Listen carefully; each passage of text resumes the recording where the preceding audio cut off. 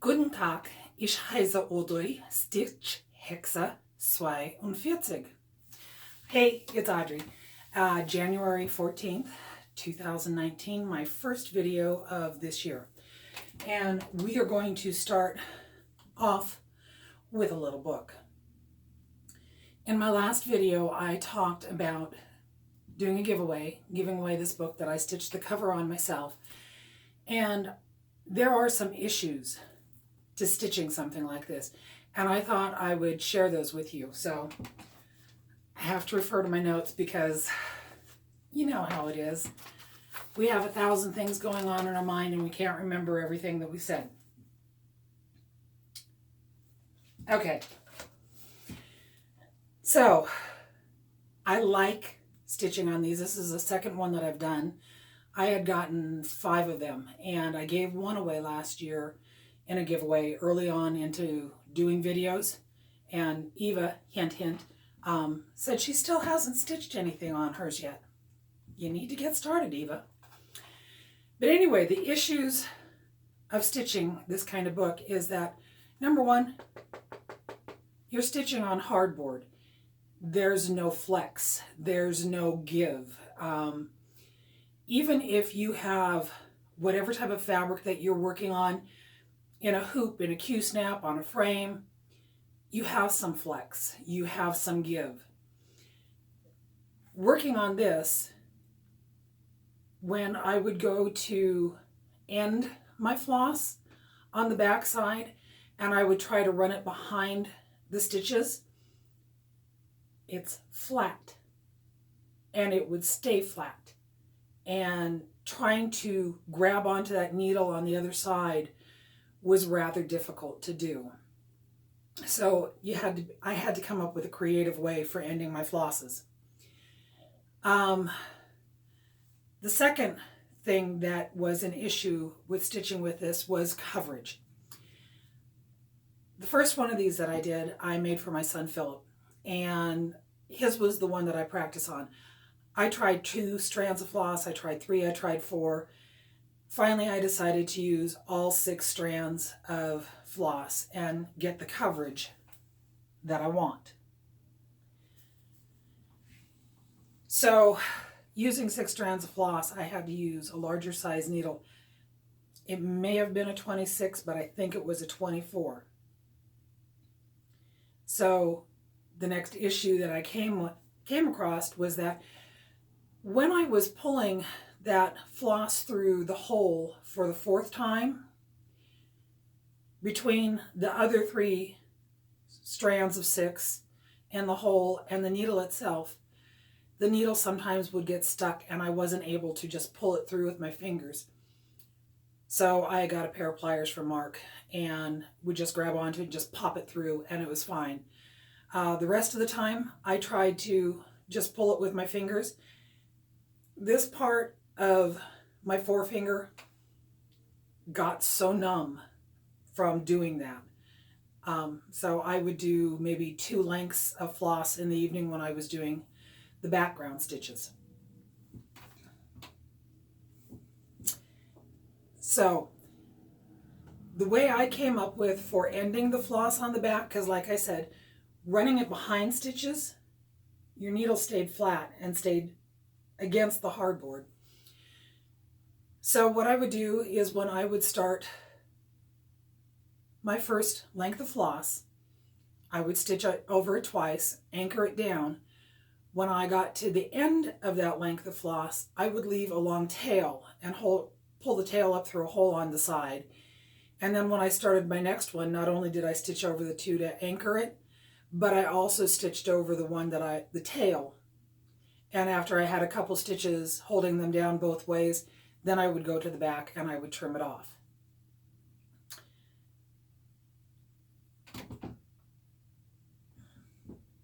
The last issue was how awkward it is to stitch on this. It's hardboard, it's a book.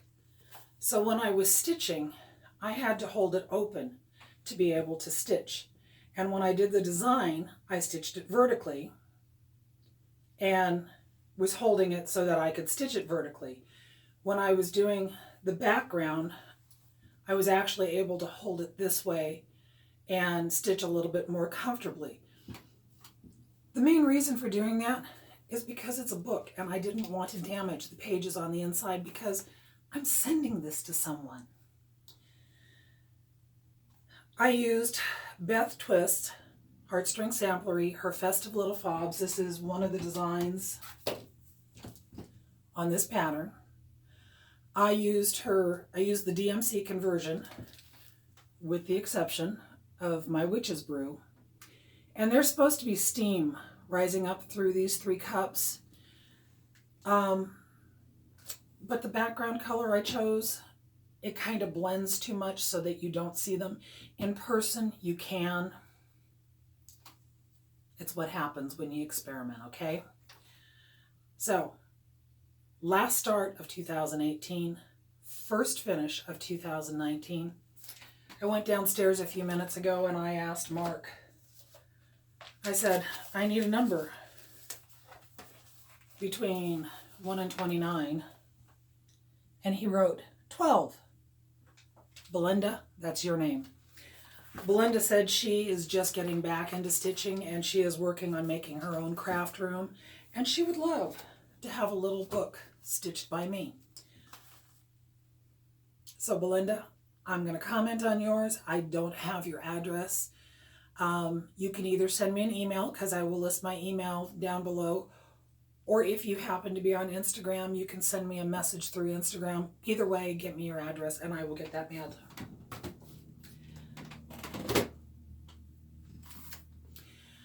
I got those books probably a year and a half ago. Like I had said in the last video, a lady sent them to me from Canada. She found them in her Dollarama store. I know last year I found some, they were a larger size at Joann's. I haven't checked to see if they have any currently, but I did go online and I did check, and you can find those books in a 6x8 size at Hirschner's. So if you're interested in stitching something like that, there you go. Okay, I got some mail, some magical arrivals. They showed up right after Christmas, and I wanted to say thank you to those ladies who sent them to me. The first one was from Lisa Stitch and Stable. She sent me this adorable little ornament, an A with a Santa hat. Thank you very much. Go watch her videos. Her last one, she has tissues in it. I dropped something on the floor. It's going to stay on the floor. The next card I got was from Donna Ray, and I giggled because it's written, and it says, Dear Audrey, let me be totally honest. You're on the naughty list. It wasn't even a close tie. Better luck next year. Love, Santa. And inside she said, it must have been all the bullying, with a smiley face. All of that with the tissues and everything between Vicki and I was all in fun. It was all to make people laugh, because while Christmas is supposed to be a joyous time, we know that there are a lot of people in our community who haven't had the easiest time these last few months or this past year, and Christmas was going to be difficult on them. So if I could make somebody laugh, if Vicki and I could make somebody laugh because of our faux battle with the tissues, I'm just happy to have made somebody smile. Anyway, she sent me a little package that has some finishing stuff in here. There's some chenille, some ribbon, and some buttons. Speaking of the chenille, when I had finished that little pillow, the Yule pillow, the freebie pattern from the Primitive Hair, my plan had been that I was going to trim it with chenille, but I didn't have any. Mark and I had gone into Salem. We were doing some Christmas shopping, and we were at Craft Warehouse. So I went into their sewing section and I asked the lady that was working there if they had chenille trim, and she said no, they didn't carry anything like that. Well, another lady who was there, a customer, said, I don't know what you were going to use it for, but have you ever tried chenille yarn? I don't craft with yarn. I've done crochet years ago, but it's been a while since I've done anything. I know nothing about yarn. So I was intrigued by this, and she took me over and showed me where the chenille yarn was at. And I looked at it and I thought, well, maybe it might work, but it was a big skein. It was a big skein of chenille yarn, and I would have needed just enough to go around a little pillow. So I passed on it, and instead, when I went up to Acorns and Threads and picked up my DMC color chart, I got a package of Lady Dot's chenille.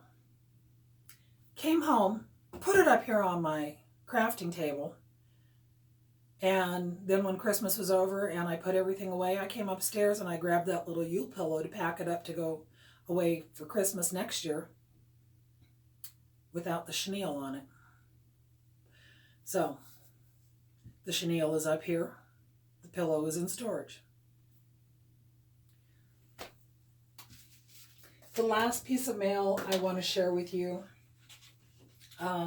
I've talked about her before. Her name is CaraLea. She lives over in Ontario, Oregon.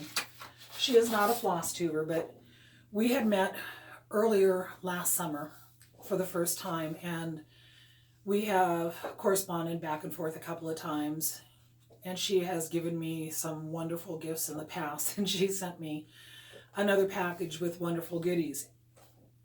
And I was just a little bit confused because inside of it were these two pieces of craft paper. And I thought, well, okay, I'll use them. You know, they're pretty and everything. Until I turned them over. She wrote me a letter. Yeah, I thought that was... She wrote me a letter. But she sent another primitive hair pattern for me. This is Crow's Lullaby. So it is definitely something that I will be working on at some point. I think that would look fantastic in my craft room. And then she sent me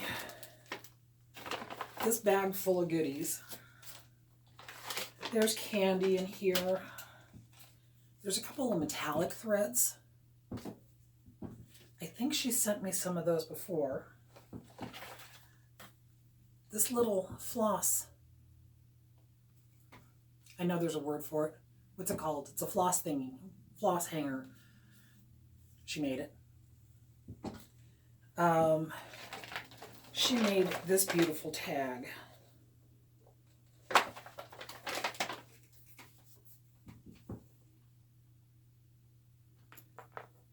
And it has a little bottle and just beautiful. She's very talented. She's very talented.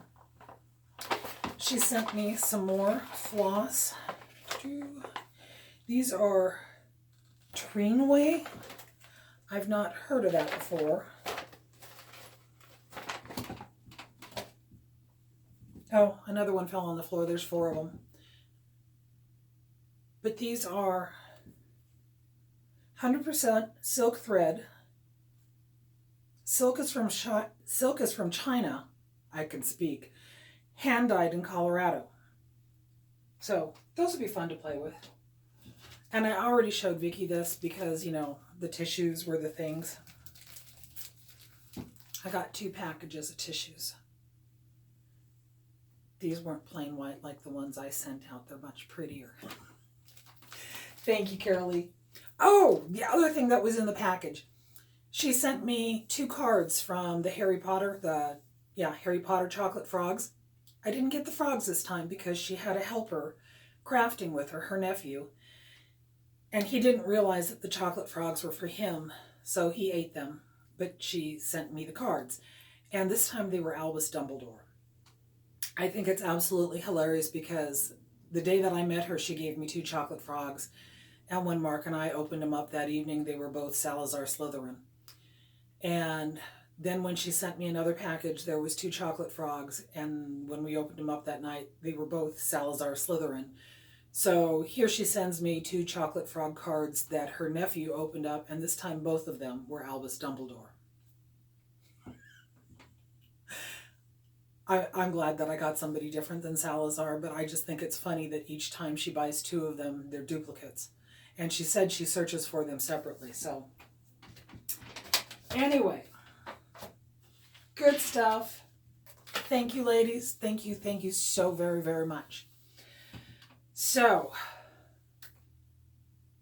my book was my last start of 2018. It was my first finish of 2019. My second finish of 2019 was Ghoul by Palm Street Samplers. And I had actually planned on fully finishing it. But when I did, or when I finished it, because I want to make it into a flat fold, I came up here to see if I had some mat board, and I didn't have any. So it's ironed, it's got interfacing on the back of it, and it's sitting aside, and I'm not going to show it to you until I actually get it fully finished, because I have an idea for how I want to make it look. But I've started 2 more, and I have another one that I'm going to start. So, stack of goodies here.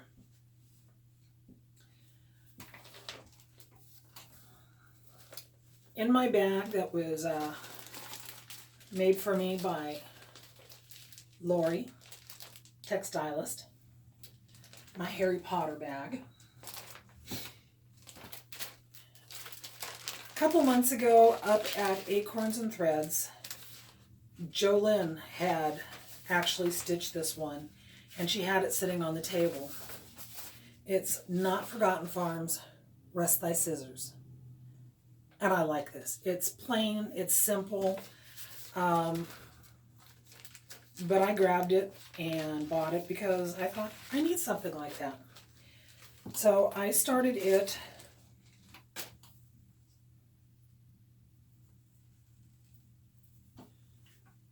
And there you go. This is being stitched 1/2 on 36 count Edinburgh. This is the fabric that Heather, the Imperfectly Perfect Stitcher, sent to me. And at the January meetup of Pacific Northwest Stitchers, that was my purchase. FUBAR. If anybody doesn't know what FUBAR stands for, no, I'm sorry, it's not FUBAR, it's SNAFU. See? I snafu'd. Situation normal, all effed up. Self-explanatory, okay? There you go. But that's how far I've gotten with Rest Thy Scissors. 3 colors. I'm using all the called for colors. Now, the next one that I started, and seriously, when I show you this one, if you can't figure out why I'm stitching this one, it's by the Witchy Stitcher. Little Shop of Horrors. Are you seeing 2 of me?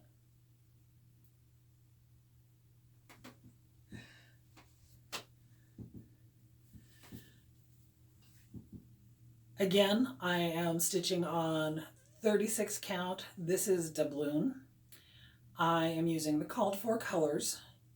And on this one, stitching 1/2. I mentioned a couple videos ago that Amy, our Amy Loves Toads, she was saying how she does edges or long runs of stitches where she'll do a half stitch and then a cross stitch and a half stitch and a cross stitch. That's what I was doing. Over here on this side, I was actually trying to count as I went down, doing the 2 stitches side by side, and I kept getting myself messed up. Over here, I thought, oh yeah, Amy told me what to do. And I'd stitch down, I'd do 4 half stitches, a cross stitch, 4 half stitches, a cross stitch, 4 half stitches, and then I'd go back up that leg, and then I could stitch down the 14 on the next one. And that's working much better. So that's where I'm at with my Little Shop of Horrors. I swear my camera is driving me nuts with all this in and out of focus, and I can't figure out how to make it stop doing that. Anyway, those are my 2 new starts of 2019. I'm keeping all the floss for Little Shop of Horrors in my Floss Buddy. There you go. And what I like about this, I mean, I really like this. These are cool. I have a pocket where I can keep my extra needles. I put the one magnet of my needle minder in the next pocket. And so I have my needle minder right there to hold on to things. And then I have her little threader that I've got sitting in here. And I have enough space that I could have a second project going in this. But those are my 2 projects.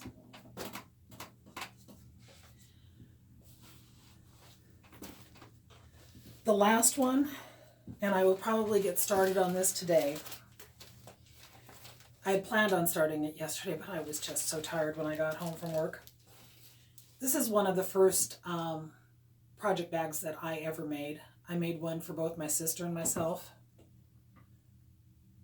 I craft so hard I sweat glitter. Anyway, I had ordered from Kaniki's Winterberry Snowmen, and I ordered her prim stained linen in 36 count. It seems to be the year of 36. I have pulled all the called for DMC colors, and I'm going to be starting that one and doing her stitch along. She is using hashtag Winterberry Snowmen SAL on Instagram to post those pictures, which leads me into my PSA. On Instagram, my account is public. I made my account public because I wanted to share my cross stitch on there, and that is 95% of what I have on there is cross stitch. So if you have Instagram, you know that down at the bottoms you have the little icons. You have the home, you have the search, you have the heart, which will flash at you and tell you have comments or people following you or comments, and then you have your profile one. Well, I always look at the little heart first because I want to see if people have commented. I love that people like things. I love the comments, whether I'm getting them on Instagram or on YouTube. I love the comments. But it also shows me when somebody new is following me. And the other day, most of the time I haven't been diligent about doing this, and that'll become clear in a minute. But the other day I noticed that there was a guy who just started following me. And so I went to see his profile, and, you know, see if he's a crafter too. What I came to was a page that had 2 pictures of this man. So I looked up at the top, and it said that he had like 35 people following him, and he was following over 4,000 people. And that just didn't sit right, so I blocked him. I went about my day, and I was thinking about that, and went and grabbed my phone again, went back to Instagram, and this time I went to my profile, and I went to my followers, and I started looking through them, and every time I came across one that was a guy, I went and looked at them, and I eliminated 15 followers. They were all men. They all had just a few pictures, and the pictures were of themselves if it was a public Instagram page. If it was a private Instagram page, you can still see how many posts they have up at the top, and it was a really low number. They were all being followed by just a few people, but they were all following thousands of people. And I don't know if it's just me being paranoid, but I didn't like that.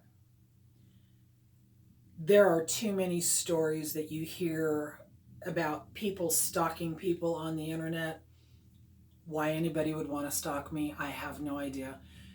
But I blocked them all. The next day, I'm on Instagram again, and I was messaging somebody, and I noticed that I had 2 message requests. So I went and clicked on that little link, and it took me to the 2 message requests. One was from another woman, from another crafter, who was asking about something that I was doing, so I replied to that. The other one was from one of these guys, and you can look at these messages before you accept or decline them. You can see the content of the message before you accept or decline. The one from this man said, "But you're so pretty." I couldn't hit decline fast enough. Like I said, it may just be me being paranoid, but if you have a public Instagram account, your YouTube account, not your YouTube account, your Facebook account, check who follows you every once in a while. And if you have a gut feeling that something's not right with these people, eliminate them. I'm going to be going through Facebook again, through my friends on Facebook.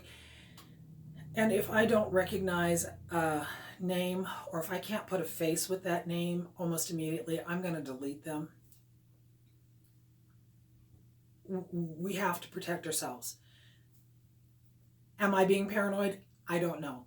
I'm going to opt on the side of being paranoid, and I'm not going to allow these people to follow me. So that was my PSA. Let me check my book, see what else I have to talk about.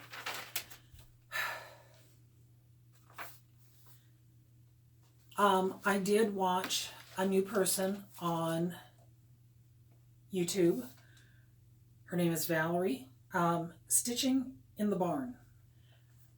She has 3 videos, I think it is, and I think, maybe I'm wrong, she's in Pennsylvania. I don't know. But she does a variety of different crafts, and it just seemed like a fun lady to watch. We also have another YouTuber out there. She has just started. She has come to our Pacific Northwest meetups before. Her name is, oh man, Olivia. She's Pumpkin Hollow Crafts. Pumpkin Hollow Quilting. SNAFU. Anyway, she has put out her first video. I haven't had a chance to watch it yet. When I get this uploading, I'm going to go downstairs and I'm going to check her out. I would just like to say, with her joining the YouTube group, there are quite a few people from the Pacific Northwest who are doing YouTube videos. I mean, we have Lisa Smith, Kindred Stitcher. We have Lori McCleary, Textilist. We have Michelle Marr, Romantic Tangles.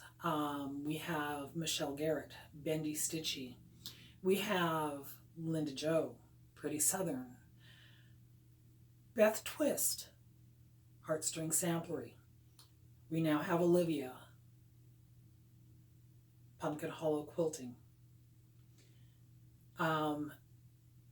Every Home Needs a Gnome. I can't remember her name, but she is a friend of Beth Twist's and has been doing some videos. And myself. There are quite a few of us here in the Pacific Northwest. So, you know, and we have others who like to come visit us and are kind of close family members. Melanie Smith, Yarns and Threads, lives in Idaho, and she has been over to Acorns and Threads a couple of times. Christine, Stitch All the Things, she has a home here in Oregon, so when she's here, she comes to Acorns and Threads. Holly and Anita showed up. Pacific Northwest. It's the place to be. And besides that, we have Acorns and Threads. So, that's all I have to say today. Belinda, I'm going to leave a message on your comment. please get in touch with me so I can get that little stitching book off. And I hope everyone has a great day, stitches all the things. Live long and stitch on, my friends. Bye-bye.